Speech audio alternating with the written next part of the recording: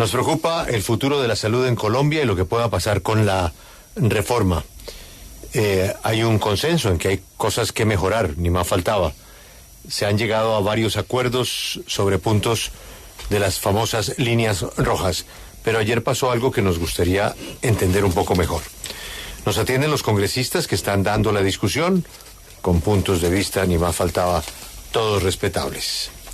La ponente Marta Alfonso, ella es del colectivo Verde. Doña Marta, buenos días. Muy buenos días, Julio, para ti y para toda la mesa de trabajo. Cristian Avendaño también es verde, pero en otra esquina de los verdes. Don Cristian, buenos días. Buenos días, Julio, un saludo para usted y para toda la mesa de trabajo. Carlos Ardila es liberal. Don Carlos, bienvenido. Julio, muy buenos días, cordial saludo a la mesa y por supuesto a los oyentes. Doña Marta, yo tengo una pregunta muy concreta para comenzar. ¿Cuál es la razón para entregarle a los políticos regionales, es decir, al alcalde o al gobernador, la elección del director del hospital municipal o departamental en las distintas regiones del país? Sí, usted me va a decir que esas personas que ellos escojan tienen que tener méritos, pero son nombramientos políticos al final. ¿Por qué cambiar un concurso de méritos, como lo ha pedido el presidente, por un concurso de méritos políticos? Bueno, lo primero es decirte que la reforma no permite que ni legisla para que los gobernadores y alcaldes escojan a dedo los gerentes de hospitales. Eso ya viene sucediendo desde la Constitución de 1991, que le da competencias y funciones a alcaldes y gobernadores para que elijan todos los gerentes de las entidades bajo su jurisdicción. Las entidades públicas bajo su jurisdicción. Es decir, desde 1991 gobernadores y alcaldes vienen eligiendo los gerentes de los hospitales.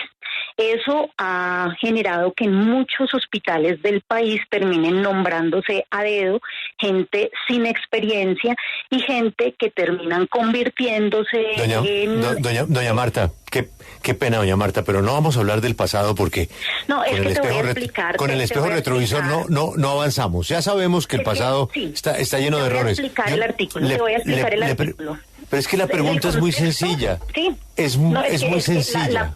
La respuesta es, no lo hace la reforma. ¿Qué hace la reforma? La reforma pone un contrapeso para que deje de darse esa corrupción que se ha dado durante 30 años en los hospitales del país.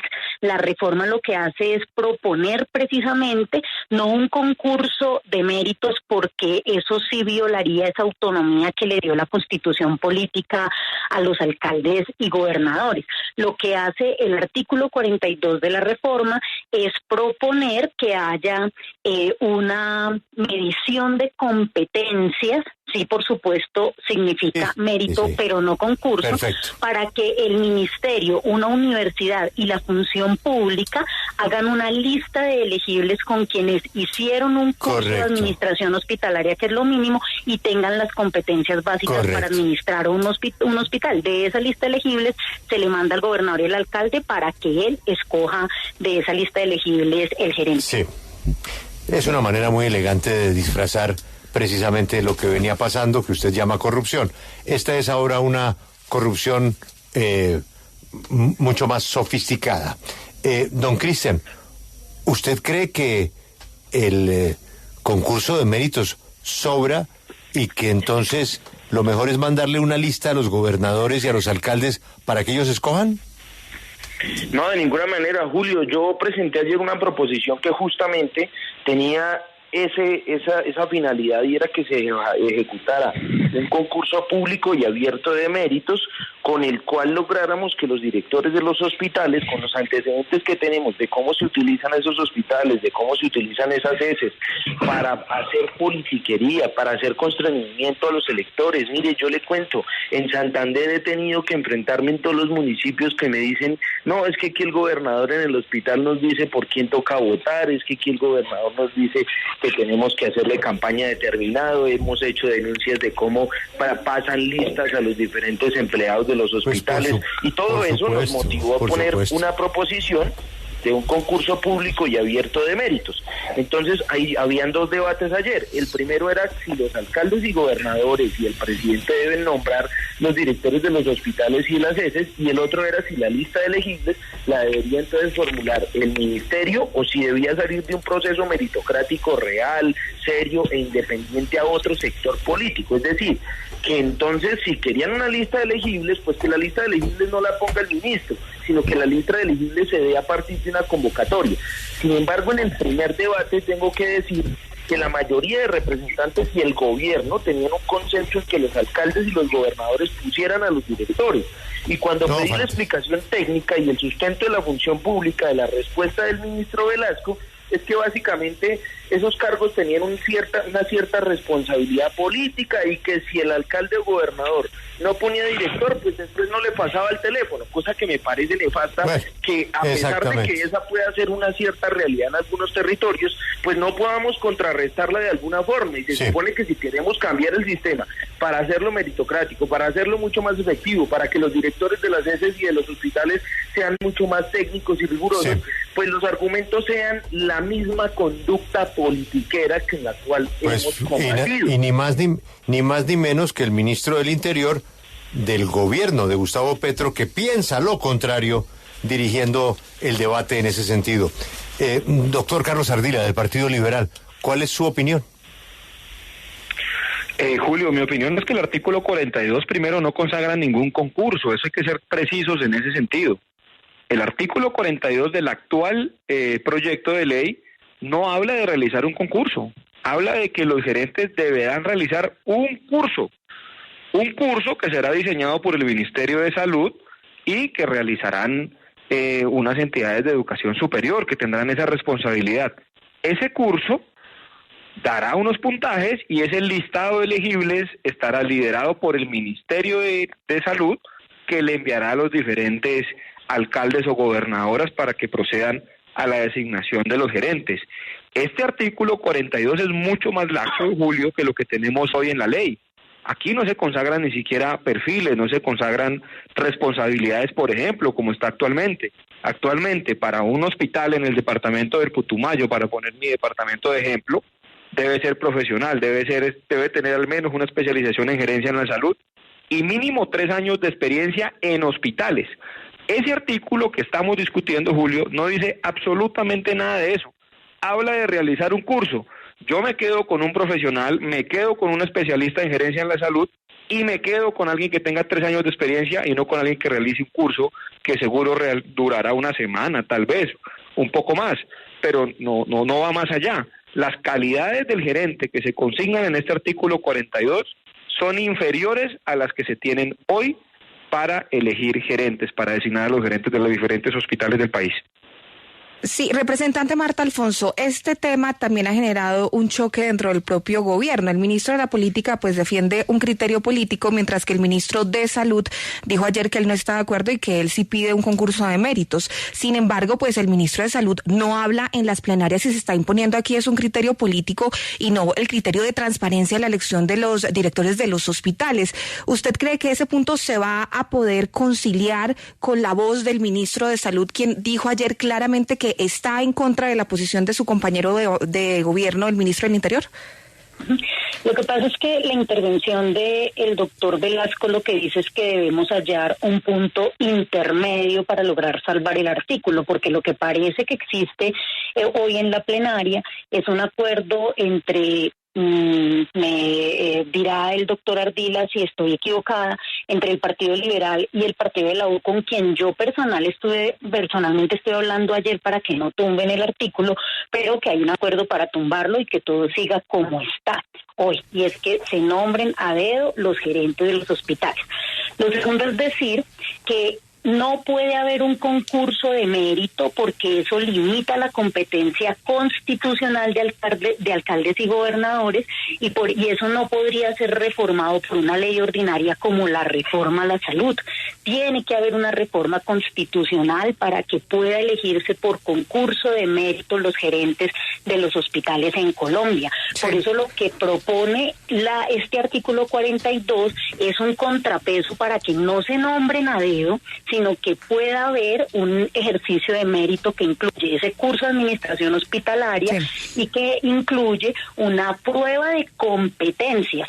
Creo que podríamos mejorar el artículo, según lo que dice el doctor Ardila, incluyendo una ley que efectivamente menciona cuáles deben ser los requisitos mínimos. Creo que es la 1038, no me acuerdo la ley específica. Eso lo podemos incluir para que quede tácito que de ninguna manera podrá desmejorarse el perfil, porque lo que está proponiendo el artículo precisamente es que sea gente con competencia, con experiencia, que sepa de administración hospitalaria. Yo creo que ahí no hay un choque de trenes, sino que en la intervención del doctor Velasco llama a un punto intermedio que para nosotros hemos estudiado la reforma y todas las maneras posibles de poder garantizar mayor transparencia en el sistema, es ese que está escrito en el artículo 42. Para nosotros el punto intermedio es ese. Sí, representante Avendaño, sin embargo, pues esto generó ayer mucha polémica, pero lo cierto es que la reforma a la salud está a 5 artículos de ser aprobada en este segundo debate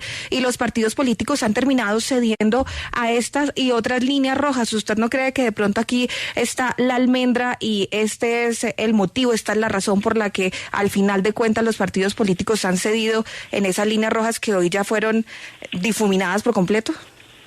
Pues mira, yo te quiero decir con total claridad lo que yo sentí ayer en la plenaria fue, en realidad, una cosa es lo que se ve adentro, otra cosa es la que dicen los medios de comunicación. Yo ayer sentí entre la mayoría de los congresistas, incluso mi partido, una aceptación del discurso del ministro Velasco, en el cual decía que había una responsabilidad política y que ese era un cargo parcialmente político y parcialmente técnico. Y ese debe ser el debate. Si realmente tienen que asumir responsabilidad política, que porque tienen la responsabilidad de responder por la salud de sus territorios. Pero pues eso ya está demostrado que funciona muy mal.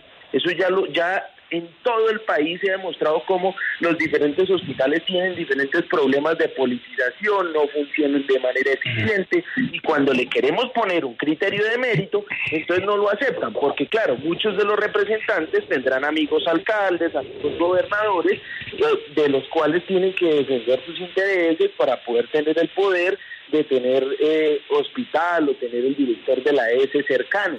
A mí lo que me pareció lo peor de todo ayer fue que el argumento fuera, no, es que si el alcalde o el gobernador no pone gerente, entonces no le van a pasar al teléfono, no le van a contestar, no van a atender a determinada persona. O sea, esas conductas, normalizarlas, es lo que a mí me parece terrible de parte del ministro del Interior.